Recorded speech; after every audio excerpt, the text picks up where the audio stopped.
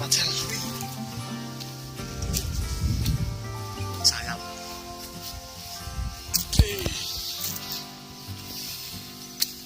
Kita sampai pada Gunung Tiko.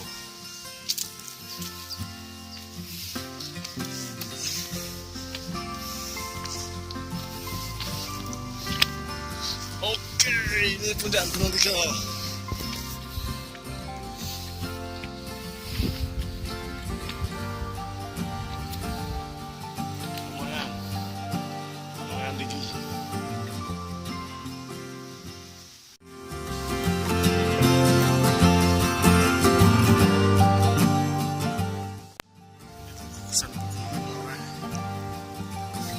Di sini sunsetnya bakal bagus. Kita tunggu aja di